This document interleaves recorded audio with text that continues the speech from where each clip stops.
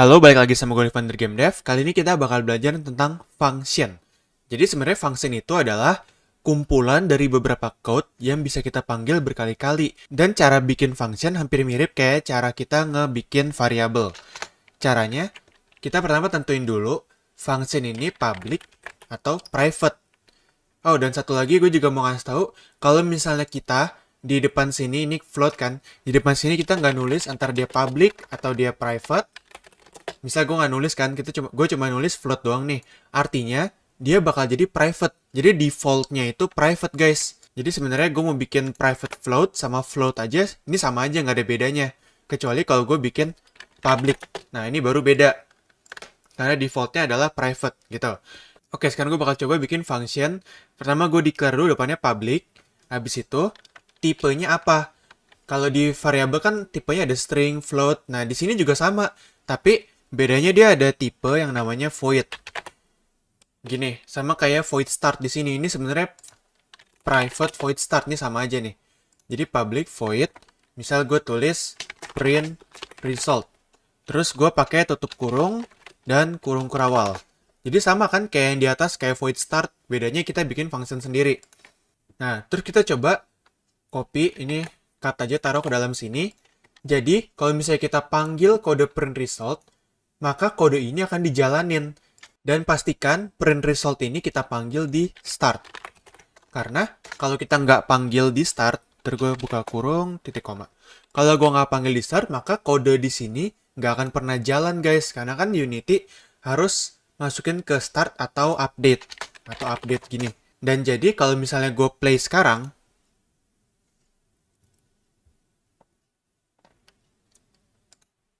di bagian konsol gue play, dia bakal jalanin kode ini. Hasilnya adalah 13, dia bakal jalanin kode ini.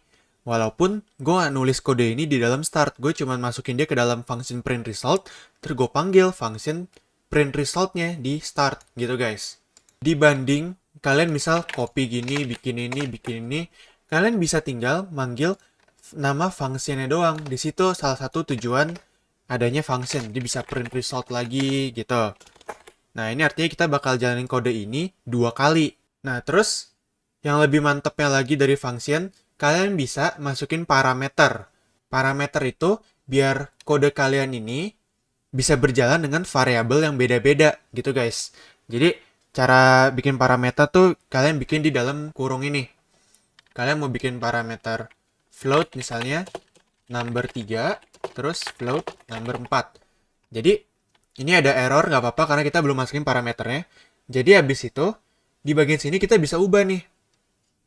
Misal hasilnya mau kita tambahin dengan 63. Terus kita tambahin lagi dengan 64.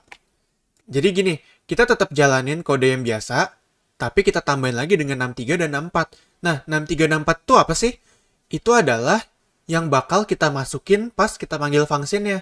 Di bagian sini, pertama kita masukin 63 nih. Ini 63 ya, gue masukin misal 10. Terus dia minta lagi 64 karena kan di sini parameter ada 2. Dia minta 2 parameter kan, 63 dan 64. Nah, kita masukin lagi 64-nya kita mau taruh berapa? Kita taruh misal 5. Gitu. Terus di sini kita taruh misalnya 20 buat 63, 64-nya kita taruh 1. Yang akan terjadi kalau gue bikin begini kira-kira apa guys? Kita langsung save dan kita langsung coba play aja. Nah, ini dia. Dia bakal ke-print 2 kali, tapi hasilnya beda, guys. Karena kita masukin parameter di sini. Parameter di sini kita masukin dengan jumlah yang beda. Gitu. Jadi pertama kan kita jalanin kode ini nih. Hasilnya 13 kan, kita udah tahu tadi 13. Ditambah 63. 63 di sini berapa? 10. 13 tambah 10, 23. Tambah 64. 64 adalah 5. Berarti hasilnya 28. Gitu. Tapi buat kode yang di bawah, 13 ditambah 20 ditambah 1 hasilnya 34. Gitu guys. Jadi dengan kode yang sama, kalian bisa menghasilkan hasil yang berbeda. Disitulah gunanya parameter dalam function. Jadi ini bisa membantu kalian banget dalam programming nanti. Gitu. Terus function void itu artinya dia tidak perlu mereturn apa-apa. Karena kalau misalnya kalian bikin gini nih, public int print result in. Nah, kalau ada integer di sini, kalian bikin function tapi tipenya integer, maka kalian harus mereturn integer. Misal gue return 5. 5 itu kan integer. Nah, gini baru bisa jalan guys kalau kalian mereturn integer sesuai tipenya yang kalian bikin di atas. Gitu bedanya void sama integer. Jadi sebenarnya sama aja, kalian bisa jalanin kode juga di dalam sini.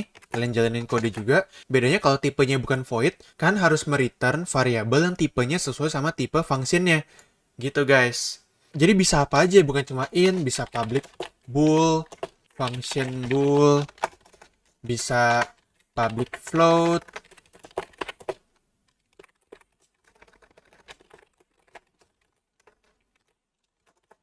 dan selalu kalau bukan void tipenya, kalian harus return bool antara true atau false. Dan tujuannya biar function ini punya value kayak variabel.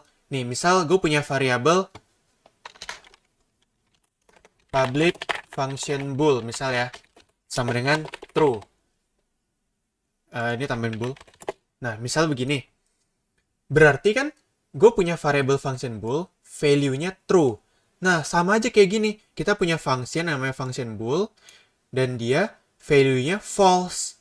Gitu guys, tujuannya bikin function yang ada tipenya di depan, yang bukan void. Nah, nantinya kalian harus biasakan selalu pakai function dalam ngoding.